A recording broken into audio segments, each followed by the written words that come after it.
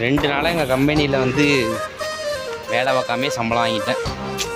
என்ன கதைன்னு கேட்டிங்கன்னா, கம்பெனியில் வந்து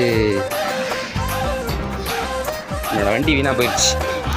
சனிக்கிழமை கொண்டாந்து போட்டேன், வண்டி நல்லா இருந்துச்சு. இன்றைக்கி என்னென்னா அது வீணாக போயிட்டு வண்டி. ஞாயிற்றுக்கிழமை, திங்கக்கிழமை, இன்றைக்கி செவ்வாய்க்கிழமை, இன்றைக்கி மொத்தம் 3 நாள் ஆகுது. அதுதான் டாக்டர் வந்திருக்காங்க சரி பண்ணுறதுக்கு. டாக்டர் வந்து வெப்பன்ஸ் எல்லாம் ஆப்ரேஷன் பண்ணுறதுக்கு எடுத்து வந்திருக்காங்க.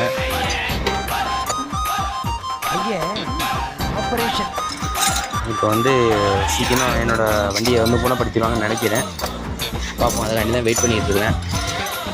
அப்போ இது வாடாக இது பிளாக் கலர் புஷ் இது புண் துக்கார்ல வண்டியில் வந்து நிறையா பிரச்சனை ஆகிட்டே இருக்குது. என்ன பிரச்சனை தெரில. அடுத்த வண்டியை போய் கேட்டால் கொடுக்க மாட்டேறாங்க வண்டி. அண்ணாச்சி பிரித்து எதை பார்க்க போகிறாரு பாப்பா. எத்தூரா புஷ்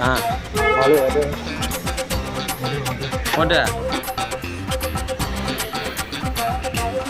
மாற்றிடலான்னு பார்த்தா நீ பிச்சுட்டு போயிட்டு மாற்றிக்கலான்னு பார்த்தா ஆர்டர் பண்ணி தான் வாங்குறாங்க.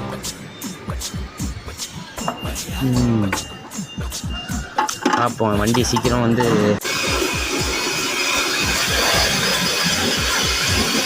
காட்டுறோம் பாருங்க. இந்த கருப்பு கலர் காயிடு தான் போயிட்டுன்னு சொல்லிகிட்டு இருக்கிறோம்.